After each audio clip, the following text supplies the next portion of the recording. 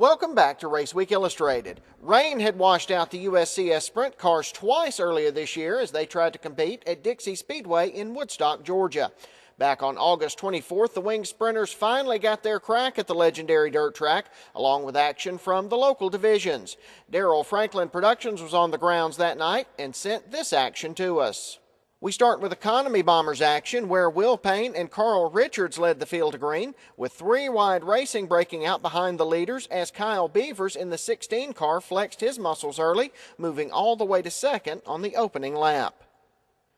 Beavers would move to the lead with Ren Gibby in the 08 moving to challenge. Gibby was on the charge as well and would power his way to the lead on the outside of Beavers in turn 1 and looked to have the race well in hand. But his night went south in turn 4 as a cut tire sent his racer around, collecting Shane Smith and Rob Johnson in the process. Gibby heads for the pits with right front suspension damage on his mount. His night is over. That would move Beavers back to the lead with Doug Hobson and Smith looking to close. On the final lap, they both looked for a way to the lead, but Kyle Beavers holds them off at the checkers to score the Economy Bomber feature. Hobson finishes second with Smith in third, Richards in fourth, and Stacy Duran in fifth. Zach Shelton led the Super Bomber field to green, with Terry Vollrath looking to challenge on the outside. The racing was fast and furious early on, with three wide action breaking out. It all came to a temporary halt with this spin in turn 4. More trouble on the restart as Vollrath loops it around in turn 2, gathering up Josh Pilcher, Willie Winsome, and Kenny Taylor. Ted Minix and Roy Patterson also got together as they tried to avoid the trouble.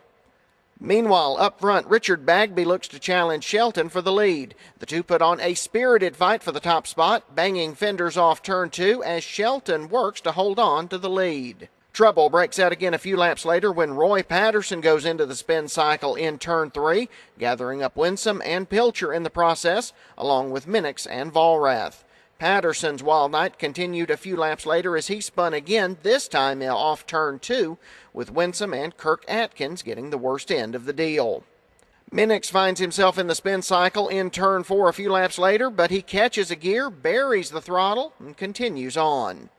Final lap now, and Zach Shelton will be flagged the winner as trouble breaks out again coming to the checkered flag when Andy Morris spins, gathering up Patterson, Vollrath, and Pilcher as the rest of the field scrambles to get to the finish line. Shelton, however, refused to be torn down after being protested.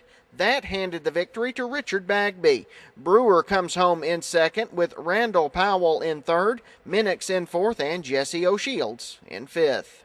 Three wide racing broke out on the start of the Super Late Model feature, with Jason Croft moving to first. But trouble broke out in turn 2 when Lamar Haygood went around off the front bumper of Austin Smith, with Tyler Millwood and Sean Chastain getting caught up in this one as well. More trouble here when Ricky Williams spins on the backstretch, setting off a chain reaction behind him involving Joe Armistead, Johnny Chastain, and Frank Ingram. Back under green, Jason Croft has the lead, but Jake Knowles in the black number 66 wants it. These two will race side by side, lap after lap, putting on a racing clinic and bringing the fans to their feet.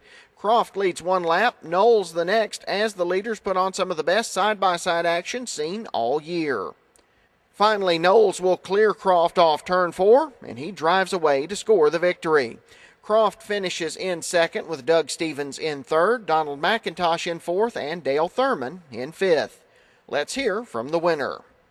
Yeah, if I had to pick anybody out here to race with, it's definitely Jason Croft. He's always been a good driver, and I respect him a lot, and that's about as clean as you can get right there. John Land and Charles Detmer brought the pony stock feature to green, with Land taking the early lead. Back behind, Jamie Cross in the number 55 is on the move. He will charge his way to second on the opening lap and looks to close on Land. Back in the pack, Matt Thompson finds himself going around in turn 3, bringing out the caution. Final lap now, Cross has the lead, and he will hold off all chargers to score the victory. John Land finishes in second with Bo Jordan in third, David Kirkland in fourth, and Charles Whitmire in fifth. Trouble broke out in the limited late models before the feature even rolled off. During the heat race, Jimmy Price gets up on the cushion and spins in turn 4. Mike McConnell slams into Price, wiping out the radiator in Price's mount. McConnell would make repairs and start the feature, but Price's night was over. On to the feature now, where Chris Fennell and Scotty Pritchett brought the field to green. Pritchett would power his way to the front on the outside, and he would stay there all night. Back behind him, Dylan Wood in the number 5 and Alan Brewer in the number 22 would put on a spirited battle for second. Brewer would take the spot briefly on the backstretch, but Wood would retake the position coming off of turn 4. Back up front, Pritchett is racing in his own zip code. He leads wire to wire to score the limited late model feature victory. Wood holds on for second with Brewer in third, Fennell in fourth, and Don Jenkins in fifth. The 600 mini sprints open the night's sprint car action. Brandon Taylor would jump out to the early lead with Sean Hosey and Bob Trapino giving chase as the pack shuffled for position back behind the leaders. Winder, Georgia's Mike Magic in the number 5 was on the move early as he powered his way past Bob Trapino to make its way to third, and he began working to reel in the leaders.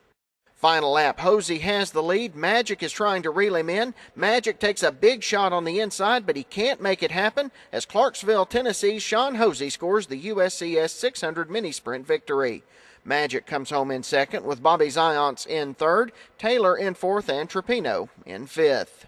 The USCS 360 Sprint Car started out their feature with a 4-wide salute to the fans. The series had been rained out 2 times previously at Dixie this year, and drivers and fans alike were relieved that they were finally going to get the Sprint Car show in the books. Derek Hagar and Lee Moore brought the field to green, with Hagar in the number 9 powering his way out to the early lead.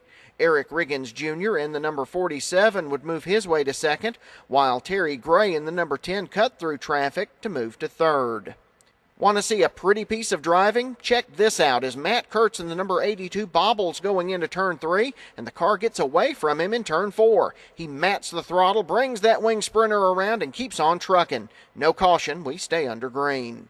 Back up front, Derek Hagar in engine number 9 has dominated the feature, and there's nobody even close to him as he powers his way off turn 4 and under the checkered flag to score the victory. Eric Riggins Jr. comes home in second with Terry Gray in third, Jeff Willingham in fourth, and Moore in fifth. We've got to take another quick break. When we come back, we'll have a look at the modified street and hobby stock action from the Georgia State Championships at Lavonia Speedway. You're watching Raceweek Illustrated. We'll be right back. From the dirt roads of yesterday to the super speedways of today, you can see the history of auto racing at the Georgia Racing Hall of Fame in Dawsonville. See the beginnings of modern stock car racing, from the moonshiners to today's young guns. See the cars the legends drove. Take a walk through the Hall of Fame and visit the Elliott family room, where Dawsonville legend Bill Elliott's trophies are on display. All that's waiting for you at the Georgia Racing Hall of Fame, 7 days a week at 415 Highway 53 East in Dawsonville. Whether you're visiting the area or this is your home, for family fun, make your plans now. Head to Phonopolis Family Fun Center. Go-karts, bumper boats, bumper cars, water wars, mini golf, inflatables, spider zone and climbing wall, laser tag, mini bowling, a huge snack bar, and tons of great video games. The kids will have a blast, and so will you.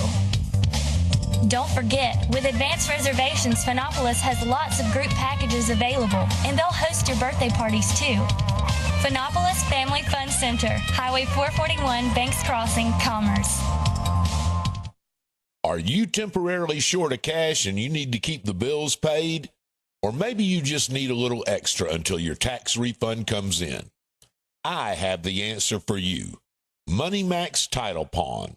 With a clear title to your car, you can be in and out of MoneyMax in a matter of minutes. And no credit check ever.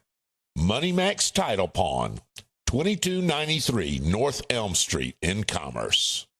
The Dawsonville Pool Room in Dawsonville, Georgia is known for 2 things: great food and racing. If you're hungry, it's the place to stop for a world-famous bully burger or some other good down-home cooking. Let Gordon GP and the crew take care of your breakfast, lunch, and dinner needs Sunday through Thursday 10 to 10 and 10 to 11 Friday and Saturday.